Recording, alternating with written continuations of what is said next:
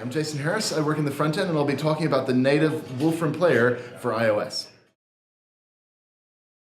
So today I'm going to be talking about the native Wolfram CDF Player for iOS.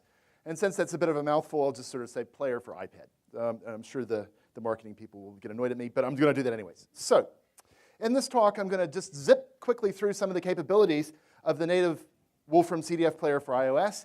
And so you'll see how to actually drive it. And during this, we'll take a look at, I'll demonstrate how to view and interact with your files on an iPad or iPhone, how to get them onto your device, either through Wolfram Cloud, through websites, emails, Google Drive, Dropbox, iCloud, sideloading, and various other things. And so once I've shown actually how to actually drive the player on iOS, I'll talk a bit about where we've come from, the origins, and of course the implications of this. And I'll just say I'm presenting this on an iPad here. This is a dual-core A9X.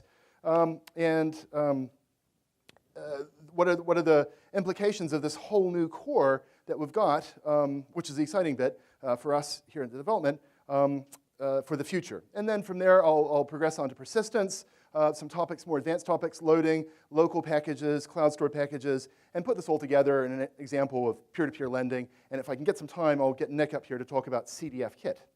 OK, so let's actually then talk a little bit about the player here. So the Wolfram Player for iOS is versioned the same as the kernel. So the kernel's at 11.3, we're at 11.3. When the kernel jumps to 12, a couple weeks after, or hopefully something on that kind of time frame, we'll release a version 12. The app itself is entirely standalone, and it's entirely native. It has a full local Wolfram engine here. We've got a Mathematica kernel running on this iPad. We can use it on a plane. You don't need an internet connection. The app itself, it's available. It's free on the App Store. And the free app will open any notebook or CDF document. You can put anything on it and read it and look at it. Now, also, additionally, if it's signed by an enterprise CDF or it's signed by us in demonstrations, then you can interact with all the various dynamics and interactive elements of the notebook. And of course, this is maybe you're a chemistry professor, you produce a notebook, you give it to all your students, and the students interact with the manipulates and so on. In the document, there's a one-time unlock fee of $10 in the US App Store or something similar in your local country App Store. And so this ability makes it sort of closer to Player Pro, that you can open any sort of notebook and evaluate the dynamics once you've unlocked it. OK, so let's just go quickly zipping through some of the capabilities of the native player here. So here on my device, I'm going to go to a different notebook here. I'm just going to open this Typesetting Notebook here. And so here in this Typesetting Notebook, we see some text, some superscripts, and fraction box, square root box, some equation there, some operators, some stretchable characters, template boxes, traditional form, some style boxes, frame boxes of different styles here. Here we see a grid box with all its glorious spacers and dividers and framing sort of options, and so on. And we see the complete characters here. Here's the Greeks. We have a rotation box. Everything sort of works in all of our 2D typesetting boxes. In terms of graphics, here's a raster box here. We see it, and here's a graphic here with the background. We can change through this dynamic. We've got circles through circle box, arcs, disk boxes, wedges, graphics group boxes, line boxes, polygon boxes, and all of our 2D primitives work. Okay, and our 3D primitives. In fact, we can move it around with I'm using my finger to move it around, and it's actually kind of nice. With two fingers, I can pan stuff around, I can zoom it out, zoom it in, and rotate it. It's possibly even the controls are a little bit nicer than a mouse on a desktop, and you can just flick it and toss the actual graphic. It's very smooth. And the same way with here, we've got a parametric plot 3D. Since we implement all of the underlying primitives, of course, all the charting functions and everything will produce graphics that all work. And here's just an example of some of the various primitives underneath, cones and cuboids and cylinders and geometric transformation box and graphics complex 3D boxes and graphics group boxes and line boxes and point boxes and polygon 3D boxes and sphere boxes and tube boxes. OK, so it gives you a good taste of zipping through that we've got all the graphics capabilities built in. OK, on to controls. Here we see a slider, and you can't see my finger because it's on top of the control, but we've got this nice tooltip up there. And we do this as an affordance to tablet users because I'm covering up that control with my finger. I can't see where it is, but we have this nice tooltip on top. And of course, it's linked with the dynamic. Here's the dynamic. We can change it, false and true. They're all linked up. We can, put it at 1 with this pop-up, or 2, there's the out-of-range condition for the slider. Here's a button that sets x to -1. I tap that, I go to the other extreme of the range and move it back, and so on. So buttons all work. Setter bars, which are setter boxes underneath, they work, and here we can see the radio buttons are working. Locators work. I'll talk about those in a second. Color sliders, move those around, blue, so on. Action menu boxes, animators, as we see.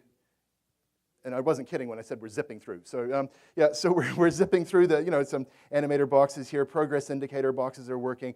Slider 2D boxes are working. Here we have a checkbox. It's turning on the axis on and off. Here's some input fields. The first one is not continuous. So as I type in a value, it's not updated. In other words, the mathematic option continuous action is false in this. But we click out just like on desktop, and it will change the value, or we hit return. Will change the value. We can go to a continuous action input field, and you see as I type, it's continually updating there in that particular value. Here's a tab view with the setter bar here, and you see we put that on the right, I guess, and move the various values around, tap on them, and so on. And here, if my internet gods are with me, they are, I can go off to click on a link. Here's this particular example that Stephen gave, a Gothic window here, which we'll come back to in a second. So that's all that's all for controls. Let's take a quick look at manipulate. Now, manipulate looks a little different. So normally in a manipulate on a desktop would decorate the manipulate here with the controls. But we don't do that for 2 reasons. One is that we're space conscious. Maybe we're on an iPhone or an iPad. Space is at a bit of a premium. And number 2, if we actually had the controls there, when I put my hand over the top of that, that control, I'd be covering the content as I move the controls. So I can't actually put the controls on the actual content. So they're put down on this raft bar. You can just sort of see down the bottom. And of course, manipulates often have more than one control. Here's a manipulate with several controls down here on the bottom. And now, if I scroll that activated manipulate off screen, it deactivates, as it should. And here we see another, a graphic here, and we can go in and manipulate it, change it around. It's all nice, fast, and smooth and fluid. And we can turn around and animate that and see it in all its glory. And so here's just one final example buried in this Bezier curve. There's just one control point. And so, just like on desktop, we can manipulate anything at any part or any sort of place of the expressions. It's all the same sort of stuff. So how does this all come together? So iPads are great devices for consuming stuff. Sometimes people will use them to create stuff, but often it's a device for consumption. So this all comes together, and I've got a book chapter here from Eric Schultz, who did this for Pearson, and we actually used this in debugging some of the feature sets to make sure we had complete sort of coverage for this. But this brings together some, it's a nice sort of example, and this is his chapter on line integrals. And so, some student would come and take a look at this and, move the curtain and go, oh, that's how line integrals work and stuff. So, it's kind of nice, and, they'd see hear the Riemannian integration is, oh, so it's quite nice. And so the book chapter is a nice format here, and you see the various formulas. You can, all inline typeset math. It's quite zippy. You can scroll through the notebook, back and forth, get to the various bits. So it's all kind of responsive. So that's the kind of typical use would envision, among other uses. Okay. So that's quickly zipping through some of the examples on this actual device. So let's actually go through and talk about opening documents from anywhere. So let's go and get something not from this device. Let's go over here and take a look at my Wolfram Cloud account, which I've logged in to before, and I can see the various files on my cloud account. Let's go to demonstrations here, and so this will load the notebook off of the cloud account. Here's the radial engine. It's a nice example. It's a 4-stroke, 5-cylinder engine. Here you can see it animating, look at its various cycles, change the number of cylinders, and so on. So that's loading off of my cloud account. I could go here and load off my Dropbox. There's an import files down the bottom there. And so click on Dropbox here, go to demonstrations, take a look at this system of a couple differential equations. Here we see this streamline. And we can click on this manipulate and change the length of the streamline in this vector space given by these differential equations. And we can, of course, change the equations of the system. So that's an example loading off of Dropbox. Let's actually go back now to the web here and take a look at this example, this Gothic window that Stephen did in his keynote, and we'll see that download a device button. I click on that, it'll come up, and we can just open that in the Wolfram Player, and that's loading a file off of the web. So, and here we click on this demonstration, go through and move all the various sliders and bits and take a look, and it all all works. Okay, so let's go back here to on my device and talk about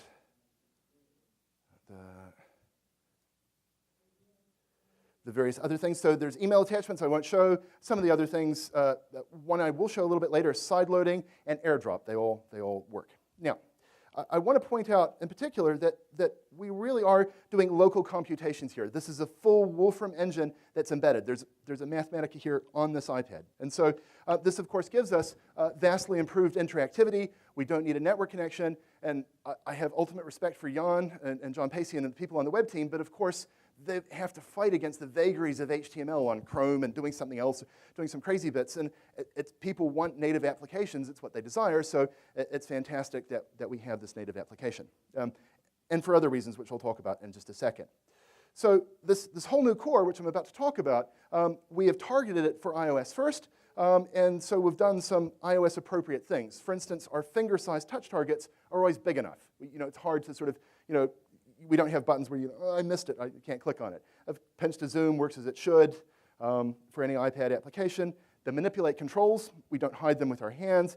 And there's some of these other things here, the touchscreen control placement, touch position, for instance. So let me just talk about a few of these. So on the desktop, we've got mouse position. But of course, on an iPad, we don't have a mouse. So we've got things called touch position. So as I touch with my finger, you can actually see dynamically all of the various touches. So we've built in a number of things like this that are appropriate for tablets. Another such thing is this control raft that we talk about. Here we have a vertical slider. The control type is a vertical slider, but we've placed it on the right. And so now as I move the slider on the right, we can see the various expansion of this polynomial. And so we can place it on the top left or bottom and in other places. Let me mention here's slider. You've seen this nice tooltip on it there. But here we've got a discrete slider right down the bottom of this page here. And so let me just blow that up so we can see it. Here's this discrete slider. And so as I move that, it can only take on the values 1, 2, and 3. And so you'll note there's this sort of translucent residual sort of slider there that's present. And it's quite nice because that's where Mathematica, the kernel, actually knows the actual value to be. And so we call this internally the ghost sort of slider thumb.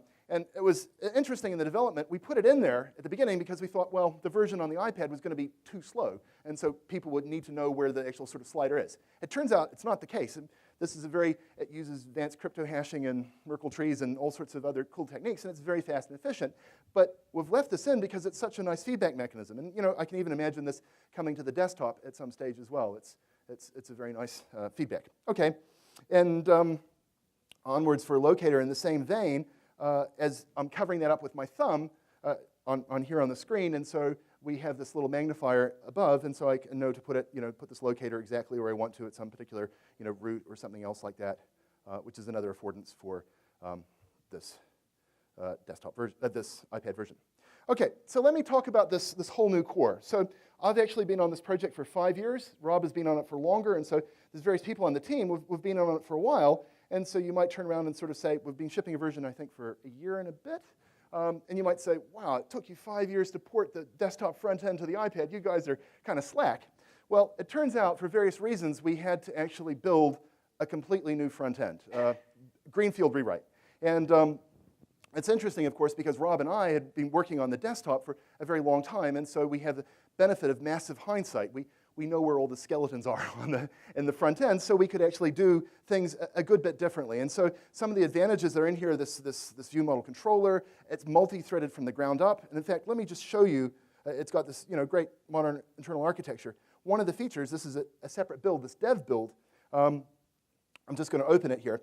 It's got this feature called incomplete formatting turned on. And so as I open this notebook, all of the various cells that it's taking some time to open, it's sort of filling them in on the multiple threads as they all go through, and it gets down and it can open them. And of course, this on the main desktop would lock up at each one of the dynamic pauses. It would freeze. So I'll just open that again so now you know what to look for. You can actually see all the various threads. The quick threads are going through, and then they're pausing on the incomplete bits, and then they're getting filled in later on. So that gives you an example of the true multi-threading sort of nature of this version. So it's fantastic. We're all very proud of it. And it's got some fantastic new modern features. And of course, the desktop is fantastic. It's got all of these wonderful features with it. And so our challenge moving forward, of course, is to unify these things as we as we move to a multi-threaded world. Okay, so I'll talk about some current limitations of this particular version. Some limitations are imposed by Apple, some are imposed because this is a player, and some are imposed because we just haven't done them. So for instance, the first one, parallel tools, Apple imposes the fact that we only live in a single process on the iPad. They say each app can only have it can only live in one kernel process space. And so, of course, we can't launch multiple kernels on the iPad. Apple won't let us, so we can't run parallel tools. And in fact, to actually quit the kernel step is going here and just quitting that application, and that quits both the front end and the kernel. So, so we can't have parallel tools, and unless you use SSH to access external kernels. Likewise, something imposed because it's a player is we can't save the notebook. Players, you don't really save notebooks. Instead, to get persistence, you need to go through local symbols. Something that we haven't got around to, but we will, is notebook programming, selection move, some notebook read, notebook write from some of the selections, because we don't handle those just yet, but we're working on it. And other various complex things, like buttons, we use the preemptive link at the moment, so method queued won't work at the present time. But we will expand that, and we will add that. And one other important thing I should mention is Java. Of course, this is imposed by Apple, and Apple says, we're not having any of that Java stuff on our iPad. It's all got to be native code. So we can't run Java on the iPad, which means in particular that we can't run like database link. So to get around that, you've got to actually use URL execute or URL fetch or cloud evaluate or something sort of similar. So how am I doing for time there? So, okay. So let me just quickly talk about side loading here.